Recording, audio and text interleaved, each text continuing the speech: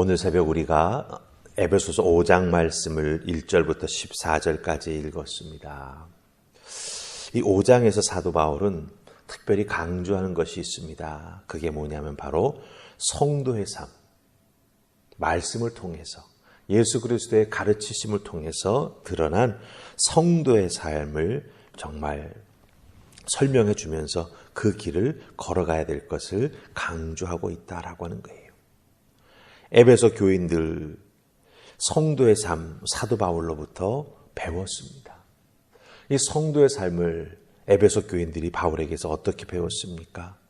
사도 바울이 3차 전도 여행을 에베소로 갔을 때 그곳에서 약 2년 3개월 정도 머물면서 복음을 전하고 하나님 말씀을 가르쳤습니다.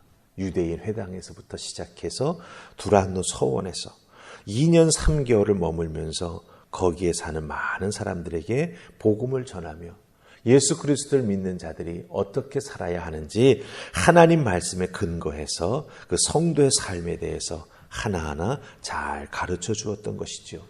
왜 이렇게 가르쳐 주었겠습니까? 에베소라고 하는 도시가 가지고 있는 특성 때문이죠. 우상 숭배의 도시입니다. 국제적인 도시입니다. 사람들이 몰려드는 도시입니다.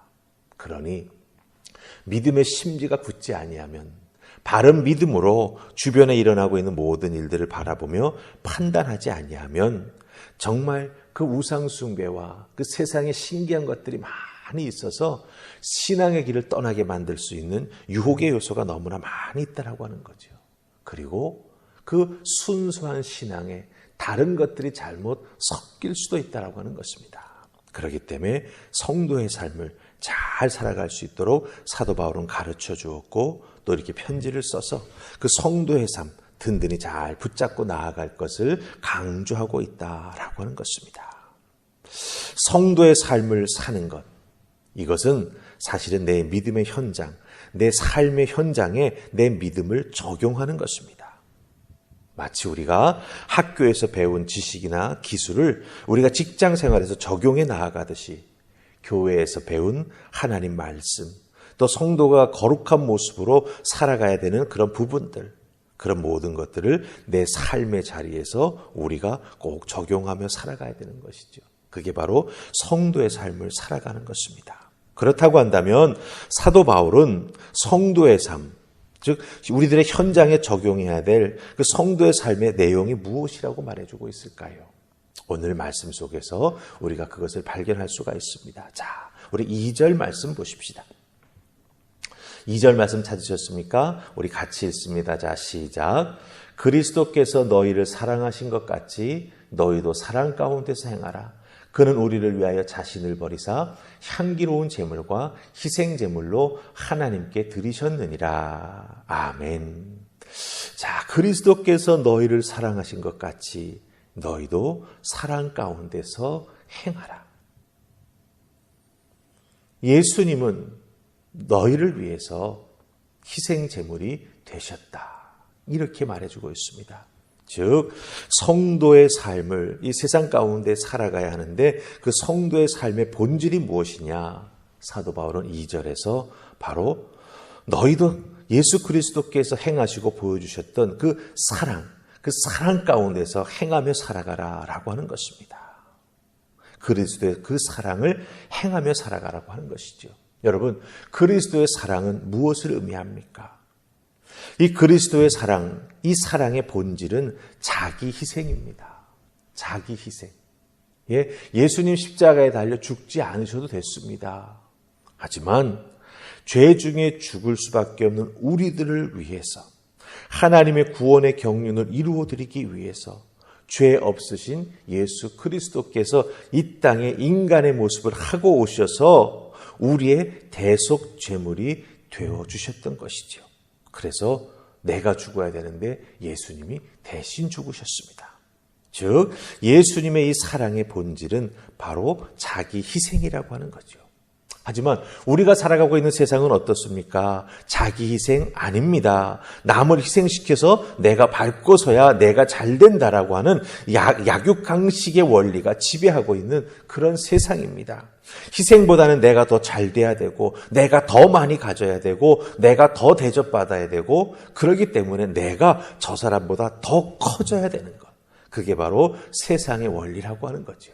그런데 그런 세상의 원리를 거꾸로 바로 우리 그리스도의 사랑으로 그리스도의 자기 희생으로 우리가 그것을 본받고 살아가는 하나님의 사람이 되어야 한다라고 하는 거예요. 그런데 사실 이 예수 그리스도의 자기 희생의 그 모범을 따라 살아가는 것이 참 쉽지 않습니다. 마음 먹고 해야지 하지만 그 마음 먹는 것에서 끊칠 때가 참 많이 있다라고 하는 거죠. 그럼 어떻게 해야 되겠습니까? 날마다 해야 하는데 이렇게 사실은 후회하는 삶에 머물러 있어서는 안 된다라고 하는 것이죠. 그렇기 때문에 십자가 앞에 나아가 자기 자신을 온전히 한번 비추어 보아야 합니다. 주님께서는 나를 위해서 이렇게까지 해주셨는데 그 주님의 사랑을 내가 참으로 깊이 체험하고 있고 그 사랑을 땅끝까지 이르러 나누어 주라고 예수님 말씀해 주셨는데 내가 그것을 위해서 무엇을 어떻게 해야 할까? 우리가 깊이 생각해 보아야 한다라고 하는 거죠. 그리고 그것을 실천에 옮겨 나아가는 우리가 되어야 합니다. 그렇다고 한다면 이 자기 희생의 우리 그리스도의 사랑을 내 삶의 한가운데서 실천에 나아가기 위한 가장 중요한 첫 발자국은 무엇일까요? 먼저 나 자신이 주님 십자가 앞에 나아가 서는 것입니다. 주님 십자가 앞에 내가 와 서 있습니다. 주님께서 보여주신 그 놀라운 사랑의 모범을 따라 나아가기 위해 제가 먼저 주님 십자가 앞에 나와 서 있습니다. 주님 십자가 바라봅니다. 내가 이 주님의 십자가 사랑을 어떻게 내 주위에 있는 사람들에게 내 삶의 자리에서 나누어주고 보여주고 증거해 줄 수 있는지 주님 그 길을 그 방법을 보여주십시오. 이렇게 주님 앞에 나아가 기도하며 그 십자가 앞에 잠잠히 서 있을 때 우리 주님 가르쳐 주십니다. 주님의 마음으로 그 주님의 사랑으로 다가가야 할 사람이 떠오를 수도 있지요. 지금 저 사람에게 너의 그 마음이 필요하다. 그 사람에게 찾아가 손 내밀어 줄 때 주님께서 주시는 마음에 따라 그 귀한 주님의 음성을 들려주게 될 때 주님께서 역사해 주신다라고 하는 것이죠.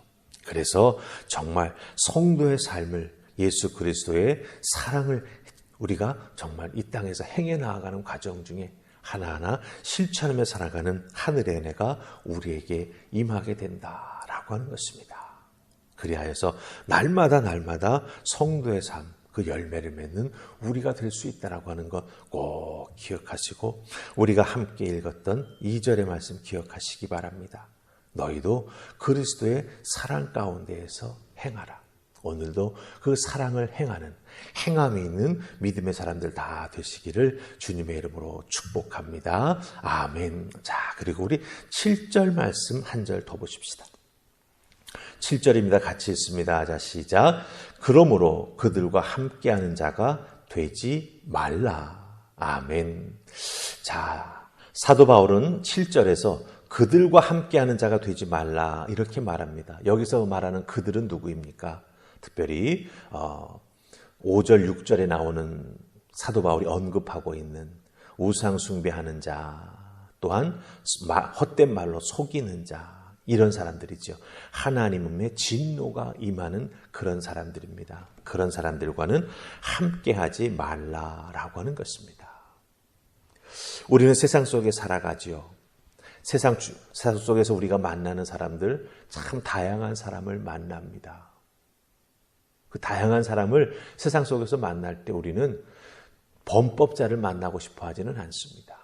사기꾼을 만나고 싶어 하지는 않습니다.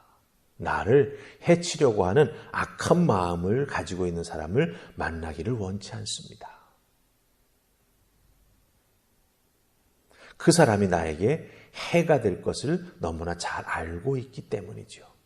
그런데 사도 바울은 성도의 삶을 살아가면서 또한 우리가 함께 하지 말아야 될 죄가 있다라고 하는 것을 분명히 말해주고 있습니다.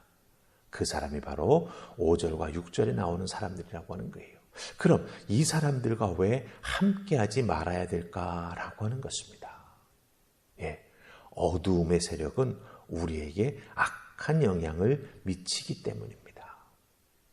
그렇기 때문에 우리가 주님의 사랑으로 품어줘야 될 그런 부분도 있긴 하겠지만 그 사람이 나에게 더 큰 해악을 끼친다라고 한다면 우리는 우리의 믿음을 잘 지키며 또한 중요한 것은 내가 바로 서야, 내가 흔들리지 않아야 나의 믿음을 지킬 뿐만 아니라 또한 내가 거룩한 영향력을 계속 미쳐나가는 하나님의 사람들이 될 수 있다라고 하는 거죠.